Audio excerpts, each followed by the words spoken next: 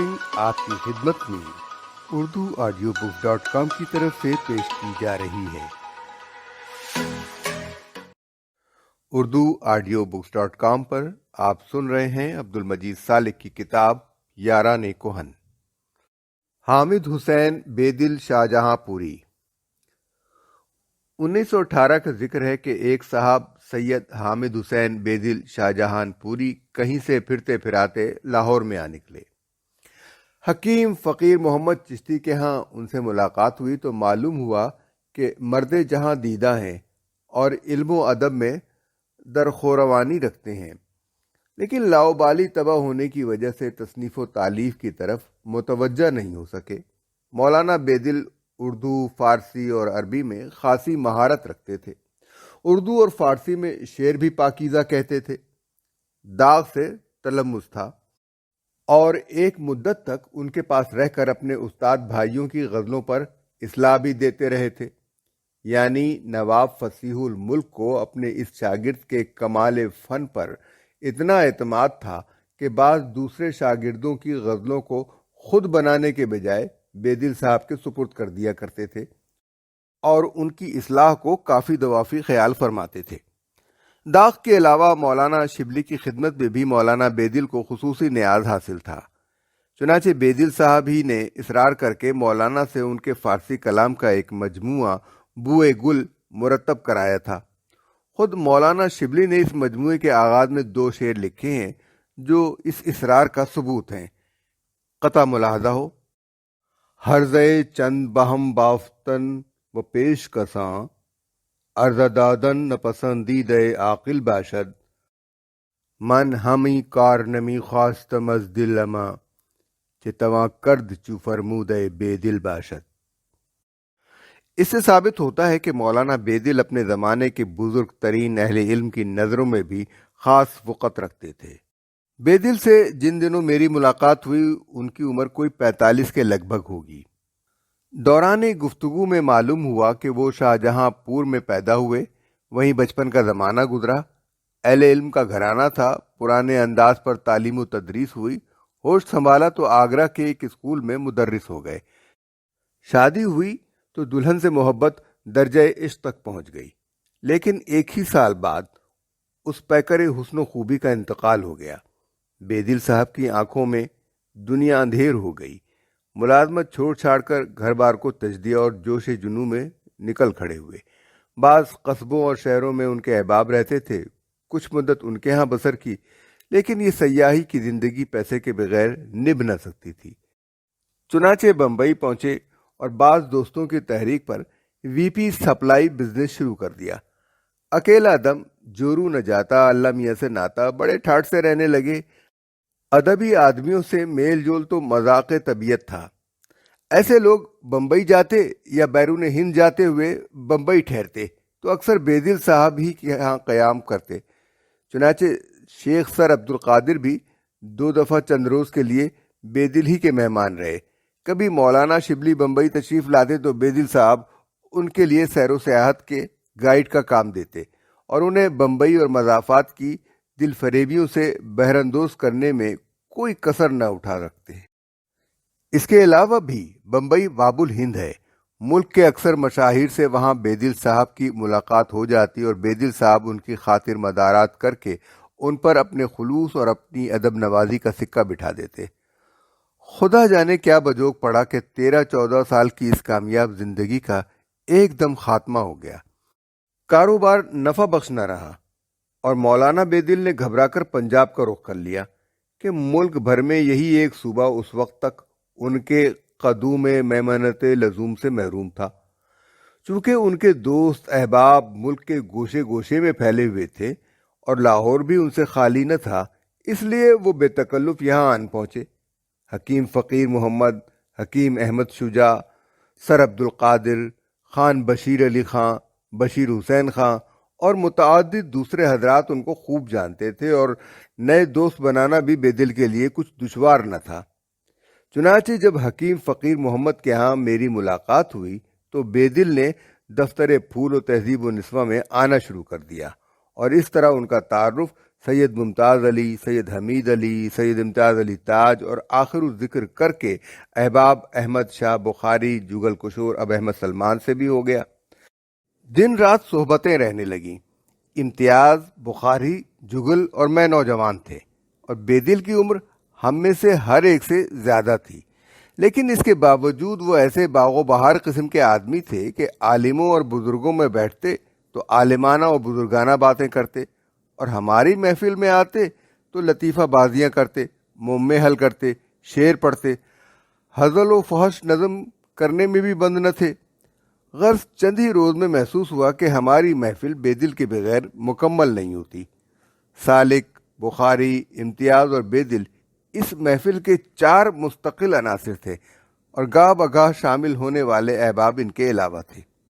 بیدل صاحب اب تک تو اپنی جمع پونجی پر زندگی بسر کر رہے تھے، لیکن ایک دن ایسا آ گیا کہ انہیں مطبع مفید عام لاہور میں مصحح کی ملازمت کرنا پڑی، اور اس ملازمت کے دوران میں دوسری کتابوں کے علاوہ دیوان غالب کا ایک ایڈیشن بھی خاص محنت سے صحیح و مرتب کر کے چھپوایا۔ کچھ مدت بعد مطبع کے کارفرماؤں سے چخ ہو گئی تو ملازمت ترک کر کے گھر بیٹھ گئے۔ دوستوں کو تشویش ہوئی۔ انہی دنوں مولانا تاجور نجیب آبادی نے اپنی دیال سنگھ اسکول کی ملازمت کے باعث ادارہ مخزن سے استعفیٰ دے دیا، اور ہم لوگوں نے کوشش کر کے مولانا بیدل کو مدیر مخزن مقرر کرا دیا۔ اب ہم سب کی شامت آئی۔ مولانا نے سب دوستوں کے نام مضمون لکھنے کے احکام صادر کر دیے۔ حکم حاکم مرگ مفاجات، مرتا کیا نہ کرتا، سب لکھنے بیٹھ گئے، اور مولانا بیدل مخزن کو بڑے سلیقے سے مرتب کرنے لگے۔ چند مہینے اس مشغلے میں اچھے بسر ہو گئے، لیکن آخر تابق ہے مولانا کی سیما وشی نے یہاں بھی چین نہ لینے دیا، اور ایک دن سب کچھ چھوڑ چھاڑ کر الگ ہو گئے۔ مولانا بیدل کی نظم و نثر کا معاملہ مرزا غالب سے متضاد تھا۔ مرزا کی نثر سادہ و سلیس اور شگفتہ ہوتی تھی، اور شعر میں ان کی مشکل پسندی ضرب المثل ہے، لیکن بیدل صاحب غزل تو بالکل اپنے استاد مرزا داغ کی زبان میں کہتے تھے، اور نثر میں ادق الفاظ اور پیچیدہ جملوں کے وہ پتھر لڑکاتے تھے کہ بعض اوقات احباب رعایت و خاطرداری کے خیال کو بالائے طاق رکھ کر مولانا کی نثر کا مذاق اڑاتے تھے، لیکن چونکہ مولانا ہم سب کے مخدوم و محترم تھے، اس لیے ہم سب ان کے حکم کی تعمیل میں مخزن کے لیے مضمون لکھ دیا کرتے تھے۔ مولانا بیدل دبلے پتلے تھے، بوٹا سا قد پایا تھا، فرنچ کٹ داڑھی تھی، سر پر انگریزی تراش کے بال، قمیص، تنگ موری کا پائجامہ اور شیروانی زیب تن کرتے تھے۔ سر پر یہی عام مصنوعی کھال کی ٹوپی، مگر نہایت باوضع، صاف ستھرے، نفیس ذوق کے آدمی تھے۔ کھانے، پہننے، اٹھنے، بیٹھنے، چلنے پھرنے میں ان کی نفاست مذاق لوگوں کی توجہ کو بطور خاص جذب کرتی تھی۔ دوست احباب کو جمع کر کے دھما چوکڑی مچانے کے بہت شوقین تھے۔ مثلاً 2-3 دفعہ گرمی کے موسم میں 3 بجے بعد دوپہر تربوز پارٹی دی۔ میں، امتیاز، بخاری اور ایک اور دوست لاہور کی قیامت خیز دھوپ میں چنگڑ محلے انارکلی کے اس بالا خانے میں پہنچے جو بیدل صاحب کا گھونسلہ تھا۔ دیکھا کہ کمرے میں پردے ڈال کر اندھیرا کر رکھا ہے، فرش پر چاندنی بچھی ہے، دسترخوان پر یہ بڑے بڑے تربوز سینیوں میں لگے ہیں، برف کی کوئی کمی نہیں، اور ہر تربوز کے پاس 2 چھریاں رکھی ہیں۔ ہم بیٹھتے ہی تربوزوں پر پل پڑے، لطیفوں اور چٹکلوں اور قہقہوں میں خدا جانے کتنے تربوز کاٹ کاٹ کر کھا گئے، اور اس کے بعد فرش پر لوٹ مارنے لگے، جو ہر کھانے کے بعد ہمارا بہترین قیلولہ تسلیم کیا گیا۔ اب بھی جب امتیاز، بخاری، میں اور احمد سلمان جمع ہو جائیں تو ہم لوگ کھانا کھانے کے بعد چین سے صوفوں پر بیٹھنا بذوقی سمجھتے ہیں، بلکہ صوفوں کو ہٹا کر تکیے رکھ دی جاتے ہیں اور فرش پر دراز ہو کر لوٹ مار قیلولہ کیا جاتا ہے۔ اگر ہم کبھی فیصلہ کرتے کہ مولانا چلو کالا شاہ کاکو جا کر ڈیک پر مچھلی پکڑیں، تو مولانا جھٹ تیار ہو جاتے، بلکہ خود ہی منشی نعمت اللہ، مالک دہلی مسلم ہوٹل، کچھ چھڑوں، ڈوریوں، کیچووں اور دوسری متعلقات کے سلسلے میں مشورے دینے لگتے۔ جب ہم دوسرے دن الصبح ٹیکسی میں سوار ہو کر کالا شاہ کاکو کی طرف روانہ ہوتے تو سب سے زیادہ شور مولانا بیدل مچاتے اور ہزل گوئی اور ہرزہ سرائی میں بھی ہم سب پر بازی لے جاتے، مچھلی کم پکڑتے اور خرافات زیادہ بکتے۔ حقیقت یہ ہے کہ اس مچھلی کے پکڑنے کے مشغلے سے مقصود کچھ اور تھا۔ ہم چاہتے تھے کہ ہفتے بھر کے متین و سنجیدہ مشاغل سے دماغوں میں جو پھپھوندی سی لگ جاتی ہے وہ اتر جائے اور آئندہ ہفتے کو زندگی کی نئی حرارت سے شروع کیا جائے۔ بہرحال بیدل صاحب ہمارے تمام مشاغل میں ہم سے بڑھ چڑھ کر حصہ لیتے اور ایک لمحے کے لیے بھی محسوس نہ ہونے دیتے کہ وہ عمر کے اعتبار سے ہمارے بزرگ ہیں، گو ہماری طرف سے ان کا احترام ہمیشہ ملحوظ رہتا۔ یہ فی الحقیقت نہایت دردناک امر ہے کہ ایسا ذی علم اور خوش ذوق آدمی اپنے کوئی علمی و ادبی آثار چھوڑے بغیر دنیا سے رخصت ہو گیا۔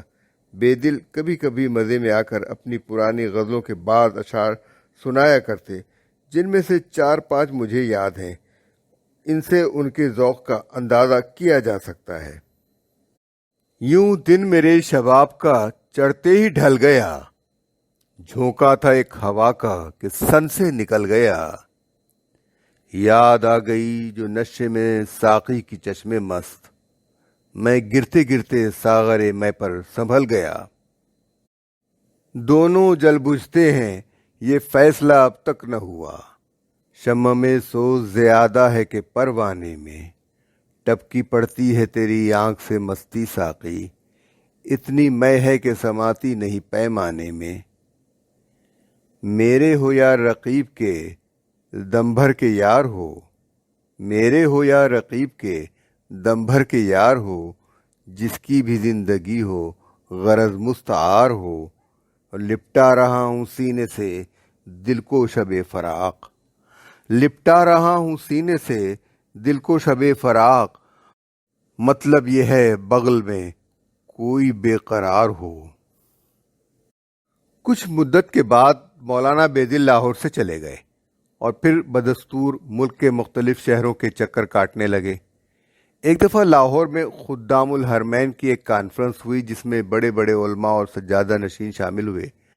حضرت سجادہ نشین صاحب کچوچھا شریف سے چونکہ مولانا بیدل کے کچھ خاندانی اور کچھ ذاتی تعلقات تھے، اس لیے وہ بیدل صاحب کو بھی اپنے ساتھ لاہور لے آئے اور ہم نے مدت دراز کے بعد اپنے اس محبوب دوست کے دیدار سے آنکھیں روشن کی۔ امتیاز کے ہاں طعام شب کی دعوت ہوئی۔ 3-4 گھنٹے بہت لطف سے کٹے۔ بیدل اس وقت بہت کمزور ہو رہے تھے، معلوم ہوا 2 مہینے طبیعت ناساز رہی ہے۔ دوسرے دن سجادہ نشین صاحب کے ساتھ ہی واپس چلے گئے اور وعدہ کر گئے کہ پھر لاہور آئیں گے، لیکن چند ماہ کے بعد یہ خبر آئی کہ بھوپال میں ایک دوست کے مکان پر سید حامد حسین بیدل شاہ جہان پوری کا انتقال ہو گیا۔ مجھ کو دیار غیر میں مارا وطن سے دور، رکھ لی میرے خدا نے میری بے کسی کی شرم۔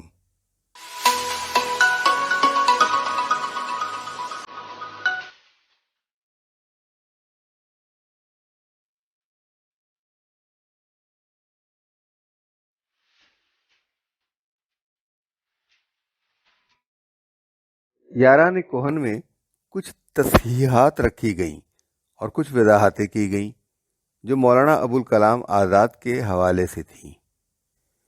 یاران کہن میں مولانا ابوالکلام آزاد سے بے بنیاد باتیں منسوب کی گئی ہیں۔ مناسب یہ ہے کہ سالک صاحب خود اس کی تردید کریں۔ مولانا آزاد کے پرائیویٹ سیکریٹری خان محمد اجمل خان کا مکتوب۔ حضرت مولانا ابوالکلام آزاد کے پرائیویٹ سیکریٹری خان محمد اجمل خان اپنے ایک مکتوب میں رقم تراز ہیں۔ مولانا عبد المجید صاحب سالک نے ایک کتاب یاران کہن کے نام سے لکھی ہے جس میں بعض بے بنیاد باتیں مولانا کے متعلق درج ہیں، مثلا یہ کہ مولانا مرزا غلام احمد کی کتب سے بہت متاثر ہوئے یا جنازے کے ساتھ قادیان گئے وغیرہ۔ مناسب یہ ہے کہ سالک صاحب خود اس کی تردید کر دیں۔ وکیل میں مرزا غلام احمد کی وفات پر جو مقالہ افتتاحیہ چھپا تھا وہ منشی عبد المجید کپور تھلوی کا لکھا ہوا تھا۔ مولانا کا اس اداریہ سے کوئی تعلق نہ تھا۔ ہفت روزہ چٹان، لاہور، 13 فروری 1956، صفحہ نمبر 5۔ یاران کوہن، مولانا عبدالمجید سالک کی جوابی تصریحات، مسلم ٹاؤن، 13 فروری۔ عزیز مکرم آغا شورش کاشمیری صاحب، السلام علیکم۔ میں نے آج مولوی اجمل خان صاحب پرائیویٹ سیکریٹری مولانا ابوالکلام آزاد کی خدمت میں ایک مکتوب بھیجا ہے، جس کی نقل آپ کو بھیجتا ہوں۔ ازراہ کرم چٹان کے آئندہ پرچے میں درج کر دیجیے۔ میں نے تو محض چند باتیں جو میرے حافظہ میں محفوظ تھیں بے تکلف لکھ دی تھیں، ورنہ احمدیت کی حمایت یا احمدیت کی طرف مولانا کے رجحان کا اظہار حاشا و کلا مقصود نہ تھا۔ بہرحال اس مختصر مکتوب کی اشاعت کے بعد یہ قصہ ختم ہو جانا چاہیے۔ والسلام، سالک۔ مکرم و محترم اجمل صاحب، السلام علیکم ورحمۃ اللہ وبرکاتہ۔ مجھے آپ کے ایک مکتوب کا اقتباس چٹان میں پڑھ کر بے حد صدمہ ہوا، اس لیے کہ حضرت مولانا کی خدمت اقدس میں مجھے 1915 سے نیاز حاصل ہے، اور 40-41 سال کی اس طویل مدت میں ایک لمحے کے لیے بھی حضرت کے ساتھ میری عقیدت کبھی کم نہیں ہوئی، اور انشاءاللہ تا دم مرگ اس جذبے میں کوئی فرق نہ آئے گا۔ مذکورہ مکتوب سے مجھ پر حضرت مولانا کی شان میں غلط بیانی کا الزام عائد ہوتا ہے، جو میرے لیے بے حد کرب و اذیت کا باعث ہے۔